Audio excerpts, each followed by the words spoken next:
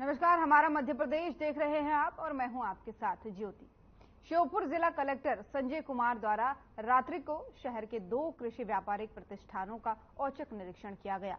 इस अवसर पर एसडीएम मनोज गढ़वाल, नायब तहसीलदार K Sharma, DPM NRLM doctor SK Gudlam आदि उपस्थित रहे। कलेक्टर संजय कुमार द्वारा औचक निरीक्षण के दौरान बड़ौदा रोड स्थित जीवन फर्टिलाइजर प्रतिष्ठान पर गैर प्रमाणित गेहूं बीज के 150 कट्टे पाए गए।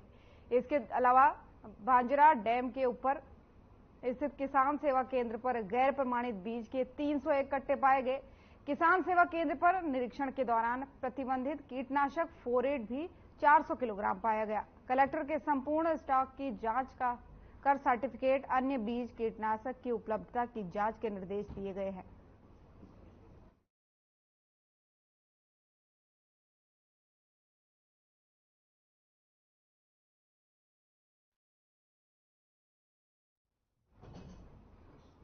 देवउठनी 11 को लेकर भगवान खाटू श्याम का जन्मोत्सव बड़ी ही धूमधाम से मनाया गया।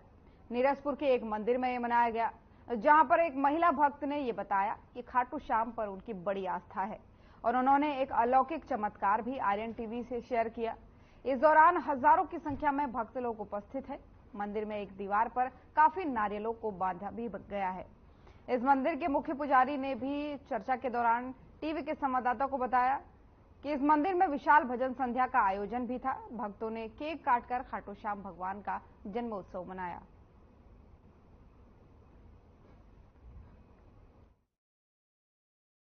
जन्म महोत्सव मनाते हो खाटू श्याम जी का जन्म महोत्सव। आज देवउठनी 11 भी है, काफी लोगों की भीड़ है। बड़वानी से काफी दूर हम हैं निसरपुर में। कुछ ऐसे भक्त हैं जो काफी मानते हैं खाटू श्याम जी को। जी, आपका नाम बताइए। रीना सोनी। रीना सोनी जी, कितनी आस्था रखते हैं? आज खाटू जन्म महोत्सव भी है खाटू श्याम जी का, उसके बारे में थोड़ा सा बताइए। आज बाबा का जन्मोत्सव है और उस बाबा की महिमा का मैं क्या बखान करूं।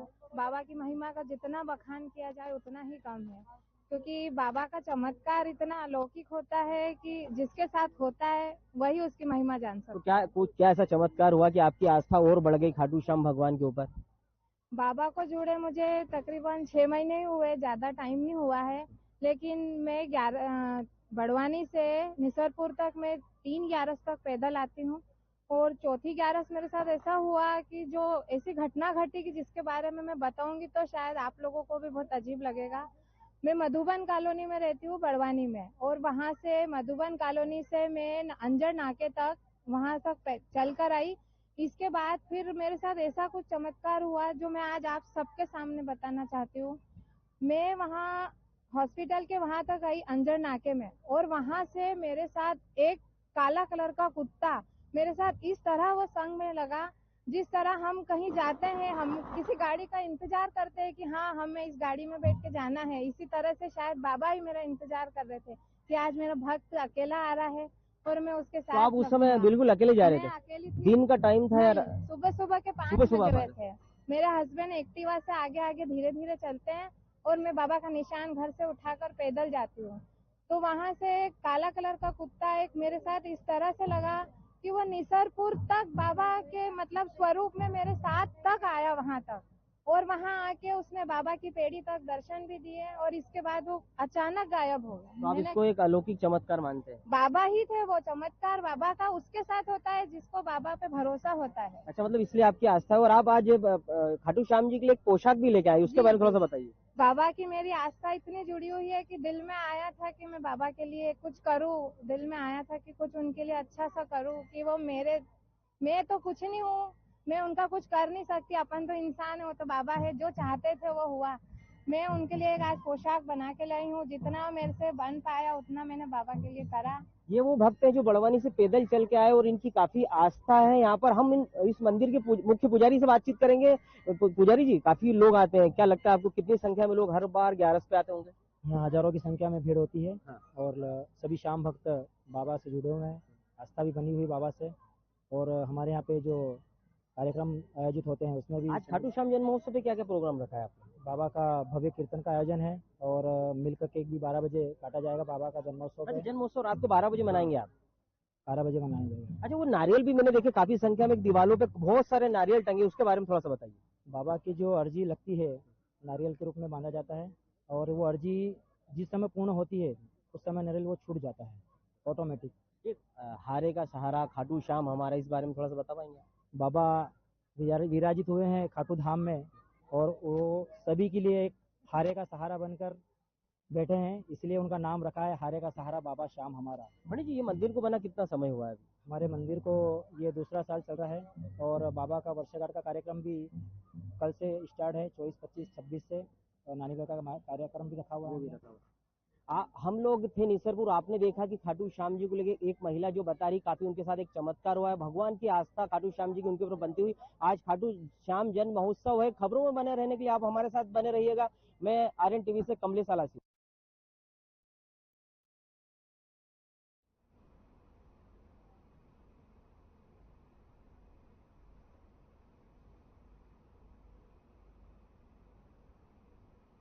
देवउठनी ग्यारस के पावन अवसर पर शहर के समस्त मंदिरों में ग्यारस का ये पर्व उत्साह के साथ मनाया गया। सनातन धर्म में देवउठनी एकादशी से ही मांगलिक कार्यों, शादी ब्याह की शुरुआत होती है। इस दिन तुलसी और शालिग्राम जी के विवाह का आयोजन भी आयोजित होता है। मान्यता है कि ऐसा करने से जातक को कन्यादान के समान पुण्य की प्राप्ति होती है। एकादशी के दिन भगवान विष्णु अपनी 4 महीने की निद्रा से जाग जाते हैं। कहा जाता है कि भगवान विष्णु इस दिन सृष्टि का कार्यभार संभालते हैं। ग्यारस के दिन भगवान विष्णु के अवतार भगवान श्री कृष्ण ने देवी वृंदा तुलसी के साथ विवाह किया था। समाजसेवी और मंदिर के ट्रस्टी सुनील जैन ने बताया कि बजरंग चौक पर स्थित मुनि बाबा श्याम मंदिर में 23 नवंबर गुरुवार को देवउठनी एकादशी के उपलक्ष्य में बजरंग चौक परिवार द्वारा मुनि बाबा खाटू श्याम जी का जन्मोत्सव ज्योत प्रज्वलित कर भजन संध्या का आयोजन कर भव्य तरीके से मनाया गया।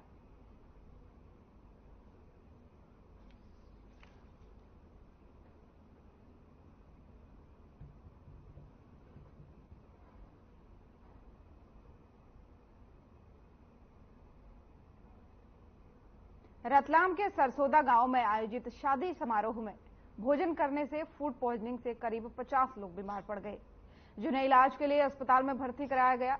वहीं बीमार हुए लोगों को ढोडर के उप स्वास्थ्य केंद्र और जावरा के सरकारी अस्पताल में भेजा गया, जहां डॉक्टर द्वारा फूड पॉइजनिंग का शिकार हुए लोगों का इलाज किया जा रहा है। वहीं मौके पर जावरा एसडीएम और सीएसपी सहित प्रशासन अमला पहुंचा।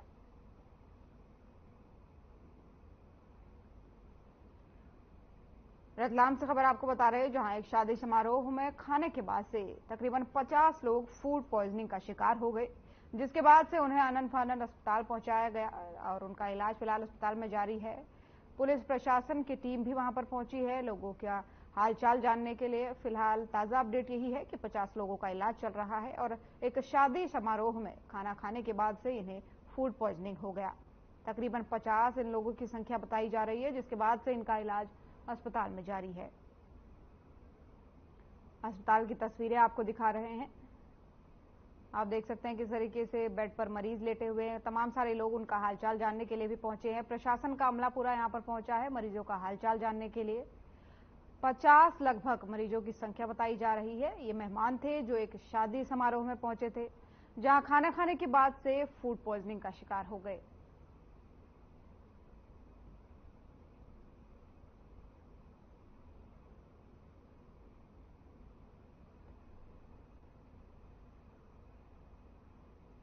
वहीं राजगढ़ में जिला चिकित्सालय के ट्रॉमा सेंटर को लेकर आए दिन शिकायतों का दौर हमेशा जारी रहता है। कागजों और प्रचार प्रसार में स्वच्छता का बखान करने वाले जिला अस्पताल के ट्रॉमा सेंटर में एक तस्वीर सामने आई है, जिसमें ट्रॉमा सेंटर के बाहर लगे वाटर कूलर में मरी हुई गिलहरी पड़ी पाई गई।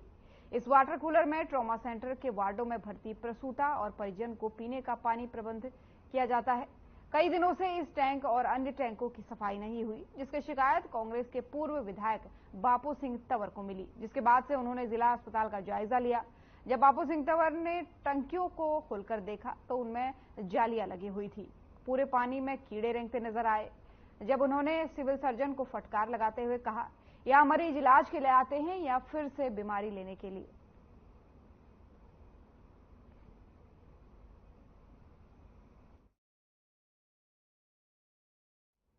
राजगढ़ से आपको खबर बता रहे हैं, जहां एक स्वास्थ्य केंद्र में वाटर कूलर के बाहर मरी हुई गिलहरी पड़ी मिली, जिसके बाद से विधायक को इसकी शिकायत की गई। विधायक निरीक्षण करने के लिए अस्पताल में पहुंचे, जिस दौरान उन्होंने पानी की टंकियों को खोलकर देखा। तस्वीरें आपको दिखा रहे हैं। उन्होंने पाया कि पानी की टंकियों में कीड़े रेंगते दिखाई मिले और इस पानी को उस अस्पताल में आने वाले तमाम सारे मरीज पीते हैं, उनके परिजन पीते हैं, प्रसूति महिलाएं पीती हैं। जिसके बाद से विधायक ने अस्पताल प्रशासन को फटकार लगाई। उन्होंने कहा कि यहाँ पर लोग इलाज करने आते हैं या फिर दोबारा बीमार होने के लिए।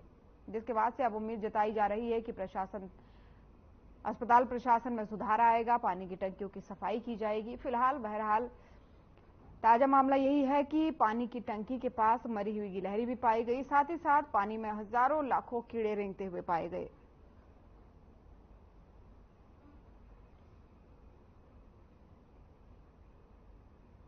तो राजगढ़ से ये तस्वीरें सीधे आपको दिखा रहे हैं, जहां विधायक समेत तमाम सारे लोग पहुंचे अस्पताल का निरीक्षण करने, क्योंकि अस्पताल में जो पानी की गंदगी को लेकर के शिकायत उनके पास पहुंची थी, उसका जायजा लेने वो पहुंचे। जिसके बाद से उन्होंने अस्पताल प्रशासन को फटकार लगाई और सफाई रखने की हिदायत भी दी। साथ ही साथ ये भी कहा कि यहाँ पर जो मरीज हैं वो इलाज करवाने आते हैं, न कि दोबारा बीमारी लेने के लिए।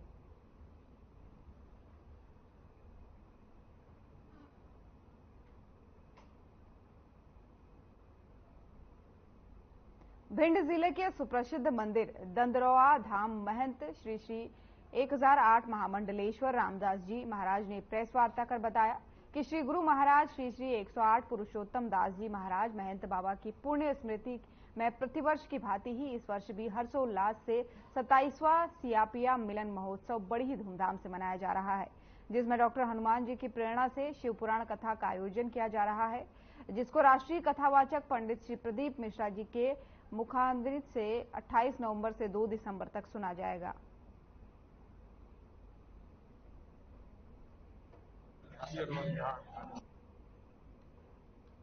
दंदरौआ धाम में हमारे श्री गुरु महाराज की 26वां वर्ष महोत्सव पर ये कार्यक्रम अलौकिक एक कार्यक्रम हो रहा है। अभी तक आप लोगों ने कथा सुनी देवों की, कि महादेव की कथा, विश्व कथा है। इस कथा में जो है विशेष रूप से हमारे अंतर्राष्ट्रीय प्रवक्ता हमारे प्रदीप मिश्रा जी सीहोर वाले, इनके सहयोग से कथा संपन्न होगी। हम विशेष रूप से सभी क्षेत्र और संभाग और जिले और विश्व के सभी भक्तों से, जो शिव भक्त हैं, हनुमान भक्त हैं, तो राम भक्त हैं, सभी लोगों के लिए हम प्रार्थना करते हैं। देखिए, जो पूरी व्यवस्था को हमने 3 हिस्सों में डिवाइड कर रखा है। एक तो जो मंदिर प्रांगण की व्यवस्था रहेगी, एक जो मेन सभा स्थल होगा वहाँ के लिए, और एक ट्रैफिक व्यवस्था। तो ट्रैफिक में अभी मेरे ख्याल से हमारे यहाँ पे 2 पॉइंट्स हैं। तो यहाँ पे मेन डोम एरिया होगा, तो उसमें भी हमारा पुलिस फोर्स रहेगा, उसका काम रहेगा कि क्या कहते हैं कोई भी ऐसी चीज़ घटना होती है तो उस पर वहाँ पर तुरंत रिएक्ट करना। मंदिर में ये देखने में आया है कि कभी कभी काफ़ी पीक आवर्स में काफ़ी भीड़ हो जाती है, तो वो हमने निर्देशित कर दिया है कि जितना उसमें प्रॉपर बैरिकेडिंग करवाएं और समय से लोग निकलते रहें। ठीक जगह निकलेंगे तो वहाँ पर भीड़ की ज़्यादा।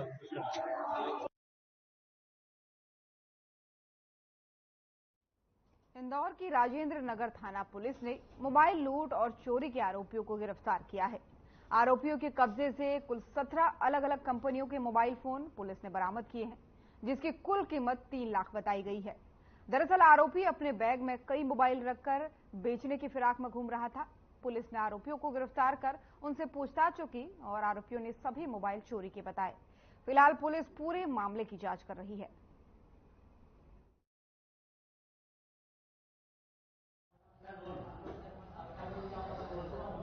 इंदौर जिले के भीतर मोबाइल स्नैचिंग और मोबाइल की चोरी एक बड़ा फ्रीक्वेंट अपराध रहा है। इस संबंध में थाना राजेंद्र नगर द्वारा कल एक प्रभावी कार्रवाई की गई है, जिसके तहत थाना राजेंद्र नगर क्षेत्र से 2 व्यक्तियों को 17 मोबाइल के साथ पकड़ा गया है। इन व्यक्तियों का नाम, एक का नाम है अशोक और दूसरे का नाम है गणेश पिता जगदीश मालीवाड़। ये तेजपुर गड़बड़ी क्षेत्र के रहने वाले हैं।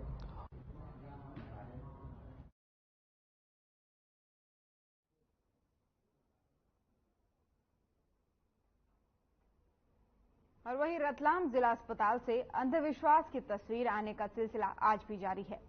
मृत शख्स को लेने के लिए रतलाम जिला अस्पताल रात में खुली तलवार लहराते हुए परिजन पहुंचे।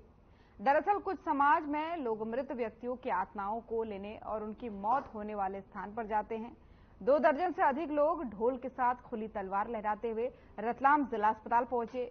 क्रियाओं को रोकने के बाद से ये लौट भी गए। इस पूरी घटना पर अभी तक कोई कार्रवाई नहीं की गई। अस्पताल में इस तरह के मामले आए दिन देखने को मिलते हैं।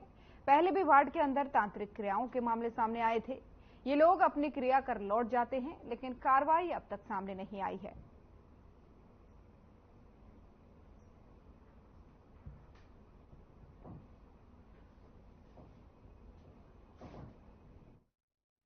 वह यो घर पे परेशानी करता है, पूरा परिवार में मतलब ऐसे होता है। परेशानी में पासो देश में हमारा घर पे हो जाना पड़ता। तो कौन था ये मेरा साला का लड़का था। ये आप लोग घर में परेशान कर रहा था? हाँ। तो आप लोग लेने आए हो? हाँ।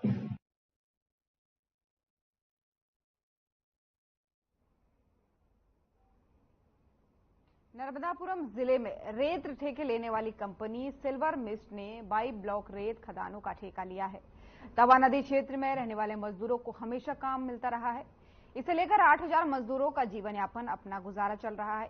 सिल्वर मिस्ट रेत कंपनी द्वारा जावली रेत खदान में 6 से 7 पोकलैंड मशीन लगाकर रेत के डंपर भरे जा रहे हैं। सिल्वर मिस्ट कंपनी का कहना है कि रेत खदान तो हमारे हिसाब से ही चलाएंगे। मजदूरों ने बताया कि जिले में 400 से अधिक लड़के गुंडा प्रवृत्ति के हैं, जिससे मजदूरों में आक्रोश पनप रहा है, जो एक बड़े आंदोलन की ओर अग्रसर होगा, जिसके जिम्मेदार बड़े प्रशासनिक अधिकारी भी होंगे। नमस्कार, आप देख रहे हैं आर्यन टीवी। मैं हूं आपके साथ पूजा। नर्मदापुरम जिला मुख्यालय से 8-10 किलोमीटर दूर तवा पुल एक ऐसी जगह जहां रेत का काम होता है। वहीं के कई मजदूर आक्रोशित हैं, लेकिन किस बात से ये आक्रोशित है हम इन्हीं से जानते हैं। आइए बात करते हैं। इतने मजदूरों का एकजुट होना, क्या कारण है, क्या परेशानी है? मैम, विगत वर्षों से हमेशा लेबर ही अपने बेलचे से गाड़ियां भरती आ रही है।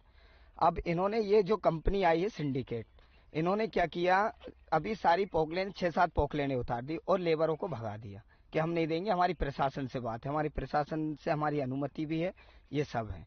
तो अनुमति तो है, हम भी मान रहे हैं, लेकिन जो लेबर बरसों से काम कर रहे हैं, जिनका खर्चा उनसे चलता है, जीवन यापन वहीं से करते हैं, अगर उन सबको निकाल दिया तो वो तो बेरोजगार हो जाएंगे। खर्चे कैसे चले? मैम, ये बेरोजगारी है, और अगर हम कोई दबाव डालते हैं, मतलब हम जाते हैं लेबर, तो प्रशासन हम पे दबाव बनाता है। कभी कोई शिकायत, कोई ज्ञापन आप लोगों ने कभी दिया नहीं? मैम, पहले भी बहुत दिए हैं, कोई सुनता नहीं है। हमारी लेबरों की कौन सुनेगा? बड़े बड़े नेताओं के फोन आ जाते हैं।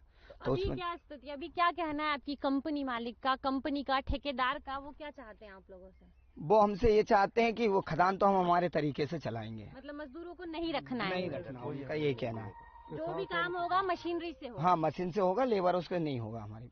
मैडम, उनकी भी तो ऐसी कंडीशन है, 400-500 लोग पिस्टल हम गए थे, तो हम पे भी कल हथियारे निकाले उन्होंने, पूरे हथियार दिखा रहे थे। कंपनी ऐसे काम हाँ, कंपनी ऐसे काम कर रही है। यहाँ एक गार्डन है, ओमकार गार्डन। ओमकार गार्डन में उनका पूरा बल है, और भिंड मुरैना सब, मतलब कोई जिला बदल अपराधी तो कोई पूरे अपराधी तो वहाँ है। अपराधी किस्म के लोगों को शरण दे रखी है और मजदूरों को डराया जा रहा है। हाँ, मजदूरों को डराया जा रहा है। आपका नाम?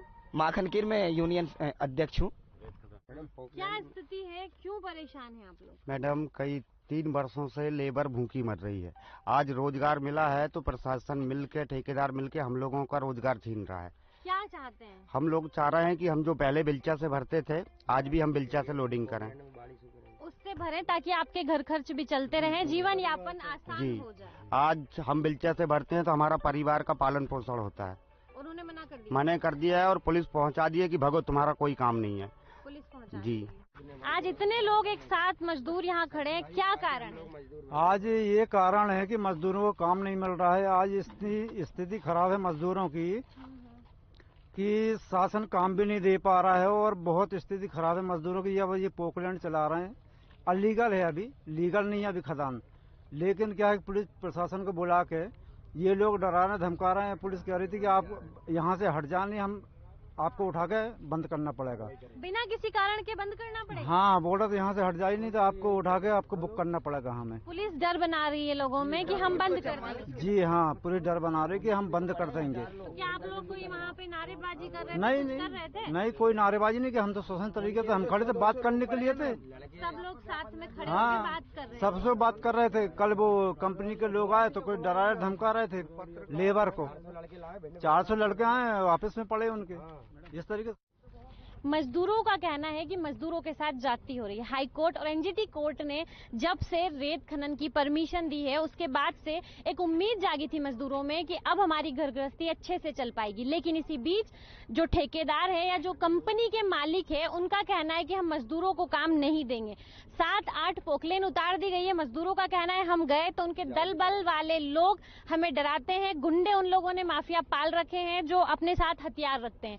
पुलिस और प्रशासन पे भी दबाव बनाते हैं। जब भी ये लोग कहीं इकट्ठे होकर बात करते हैं या अपनी कंपनी से सिर्फ इसलिए आते हैं कि वो इनकी सुनवाई करें, तो पुलिस भी इन पे डर बनाती, इन्हें दबाव बनाती है और कहती है कि अगर यहाँ खड़े हुए तो तुम सबको बंद कर दिया जाएगा।